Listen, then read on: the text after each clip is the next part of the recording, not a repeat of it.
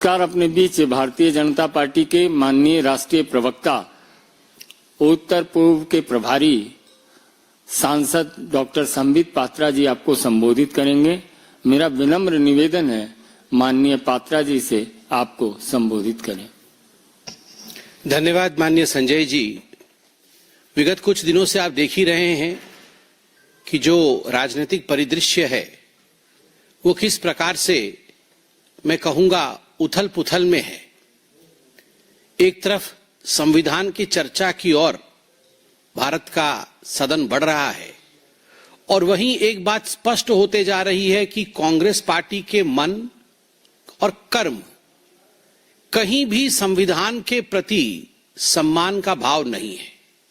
There is no respect whatsoever either in the functioning or in the words of the Congress party for the Constitution of India. दो खबरें आज महत्वपूर्ण है और मुझे लगता है इन दोनों विषयों पे आज विस्तार से भारतीय जनता पार्टी अपने पक्ष को रखेगी। पहला विषय जो आज सुबह से अखबारों, मीडिया और टीवी में हम सब देख रहे हैं कि कांग्रेस पार्टी और इंडी गठबंधन के कुछ घटक दल ईवीएम को लेकर और इलेक्शन कमीशन को लेकर सर्वोच्च न्यायालय सुप्रीम कोर्ट में एक पीआईएल दाखिल करेंगे।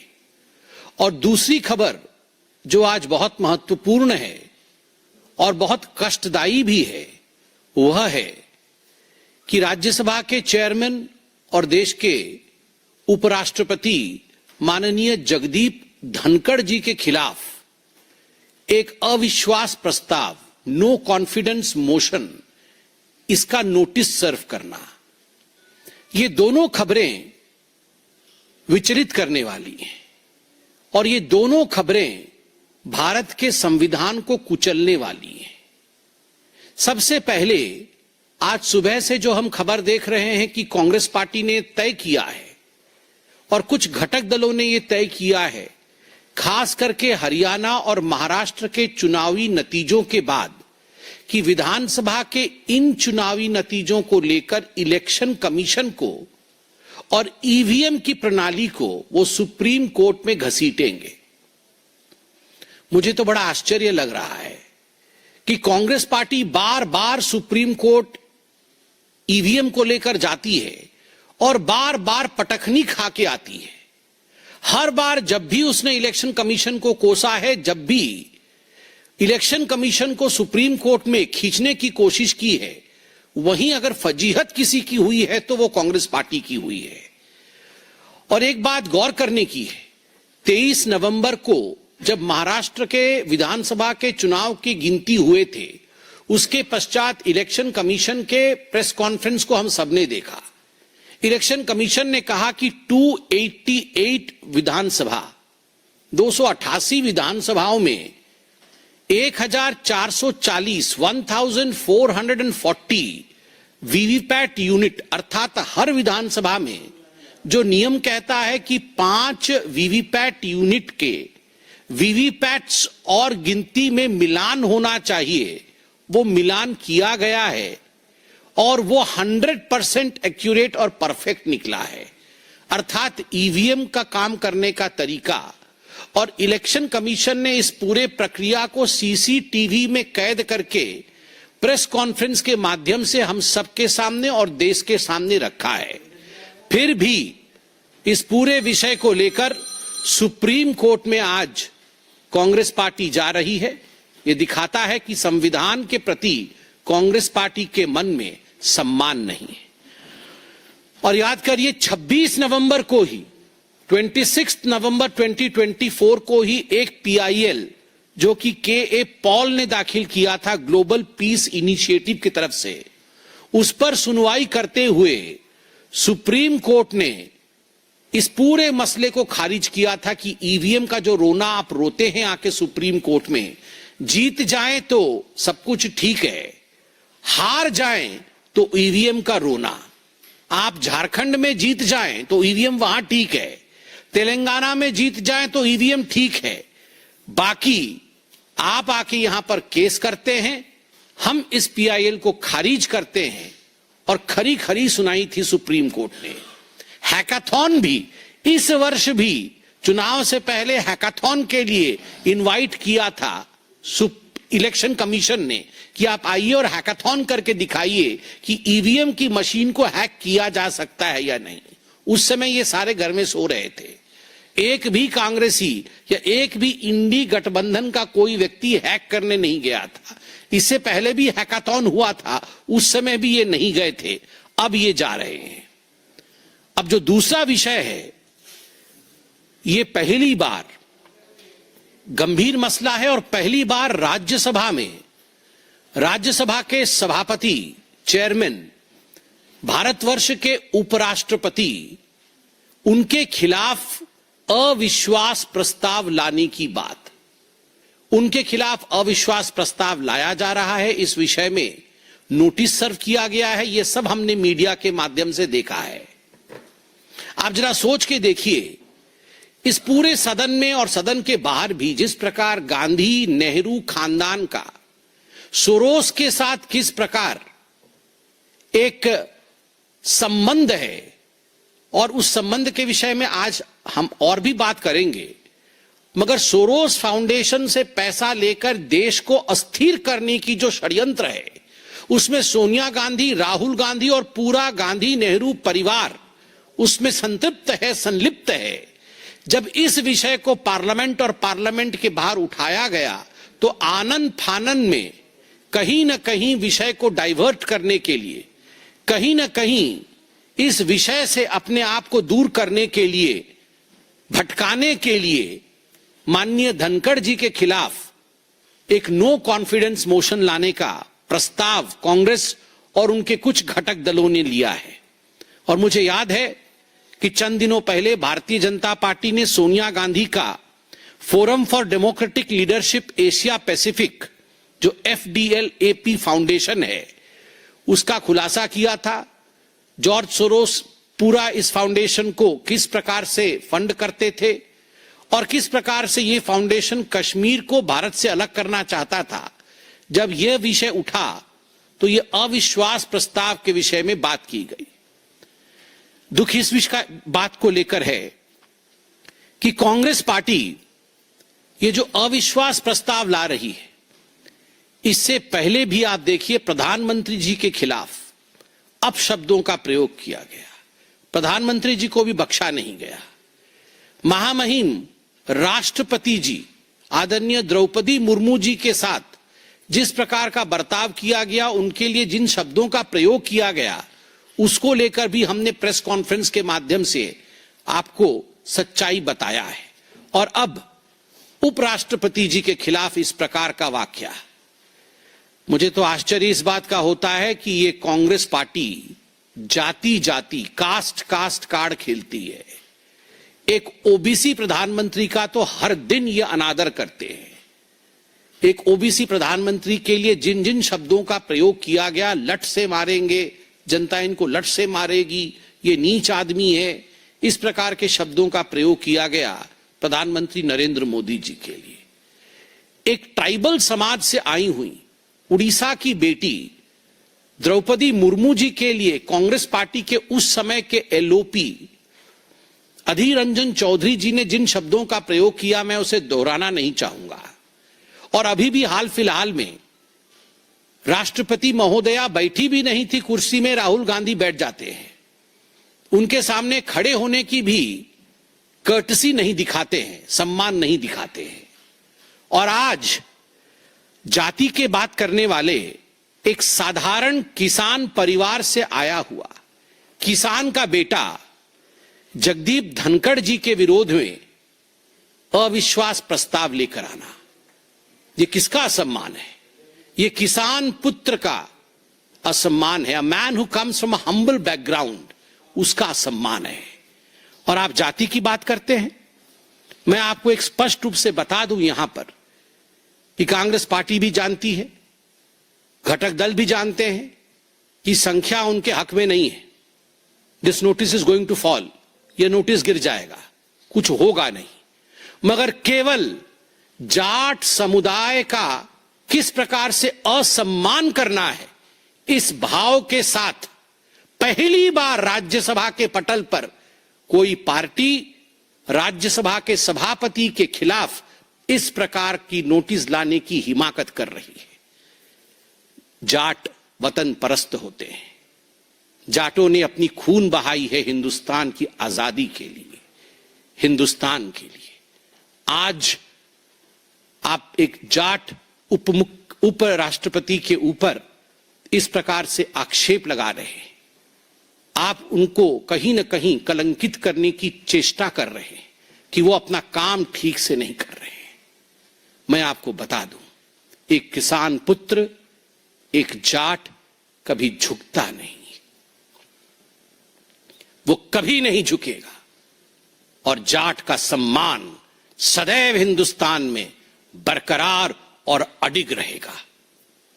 बंधुगण, जहां तक ये सारे प्रकल्प, कहीं जाके पीआईएल करना है, कहीं जाटों का अपमान करना है, उपराष्ट्रपति जी के खिलाफ बोलना है, ये सारा और सारा खेल केवल और केवल नेहरू गांधी परिवार को जॉर्ज सोरोस, ये जो गठबंधन हमने दिखाया है, इस चित्र से बचाने की कवायद है। और आज एक और खुलासा हुआ है।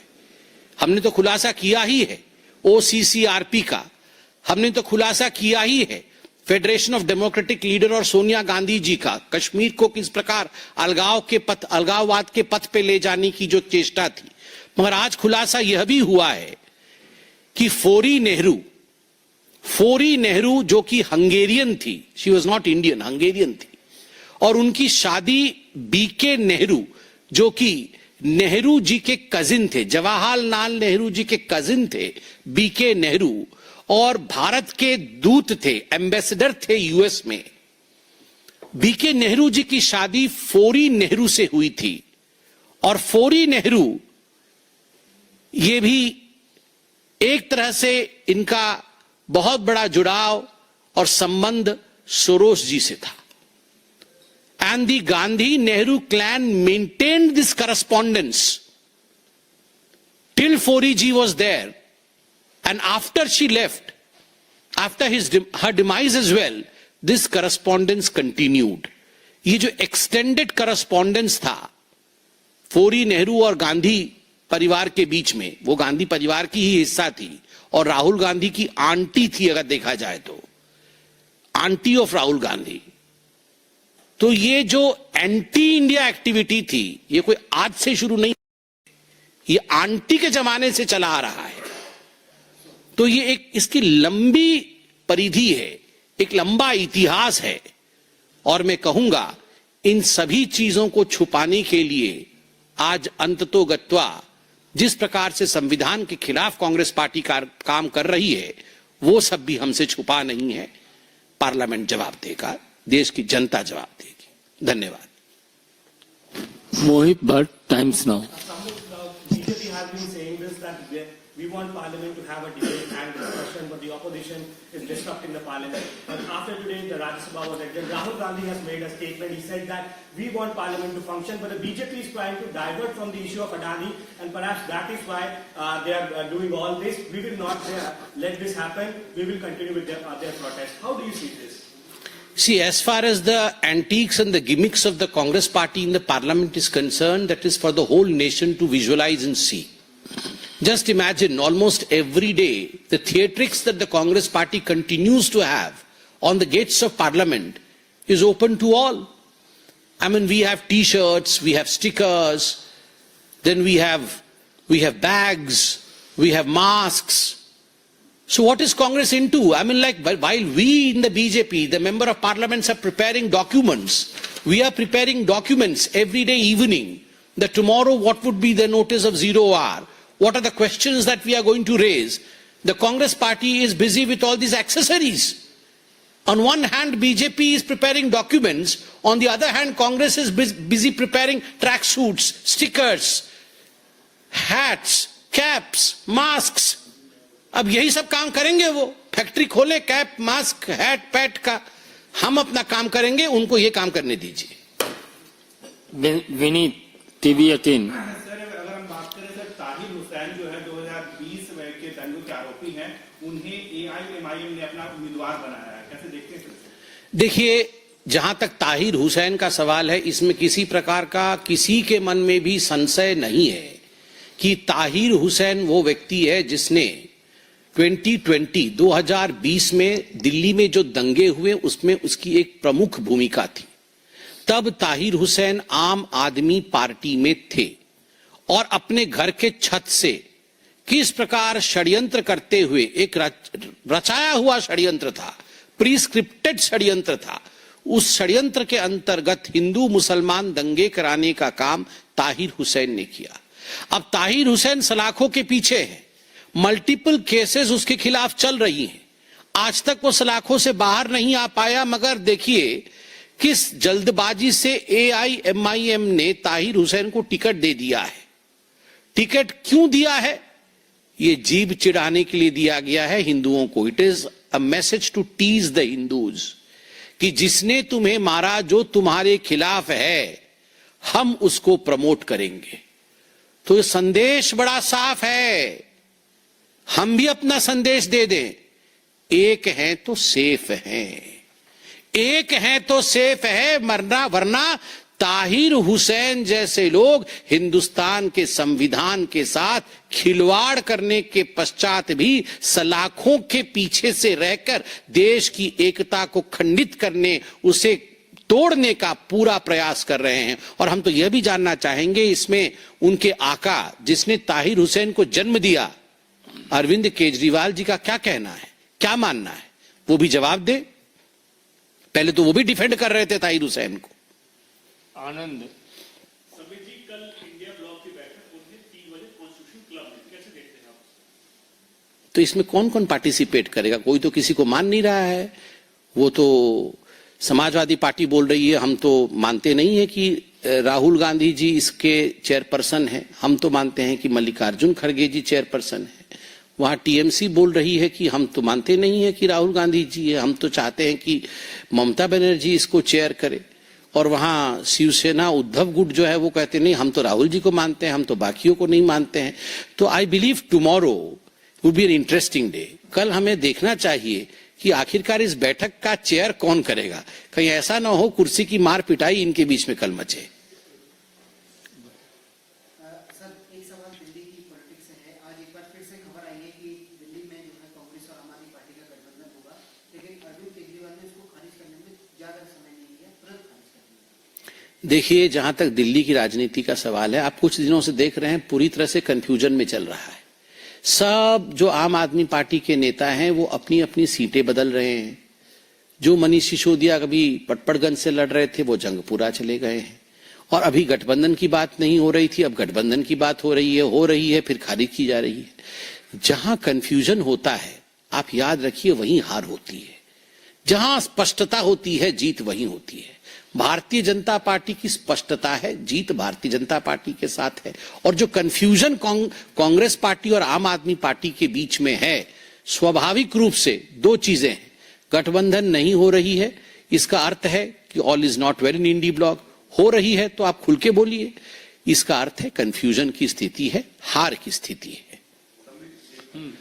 इसमें बहुत अच्छा लिखा है अभी हमारे संजय जी ने भी, और मुझे बताना चाहिए, कांग्रेस और आप चोरी चोरी चुपके चुपके, तो ये चोरी चोरी चुपके चुपके, वैसे संजय जी आपने बता तो दिया, मैंने बताया, मगर चोरी चोरी चुपके चुपके ये अलायंस का खेल खेल रहे हैं या ये चोरी चोरी चुपके चुपके? तो चुपके चुपके चोरी चोरी, मतलब दोनों तरफ से हो सकता है, चोरी चोरी चुपके चुपके या चुपके चुपके चोरी चोरी।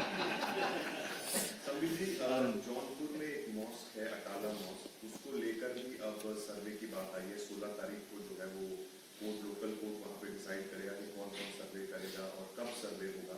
तो एक ऑपोजिशन की तरफ से जो लगातार आपके ऊपर आरोप ये लग रहा है कि आपके थ्रू ये सब करवाया जा रहा है, हर मस्जिद हर मॉस्क में जो है मंदिर तलाशा जा रहा है। देखिए, कोर्ट ने अभी कुछ बोला नहीं है, ये भविष्य में होगा, क्या होगा हमें पता नहीं है। देखिए, हम ये राहुल गांधी की तरह तो मैं ज्योतिषी नहीं हूं, तो मुझे लगता है हमें इंतजार करना चाहिए कि कुछ कोर्ट कहेगी, तो उसके बाद जो होगा हम जवाब देंगे। धन्यवाद।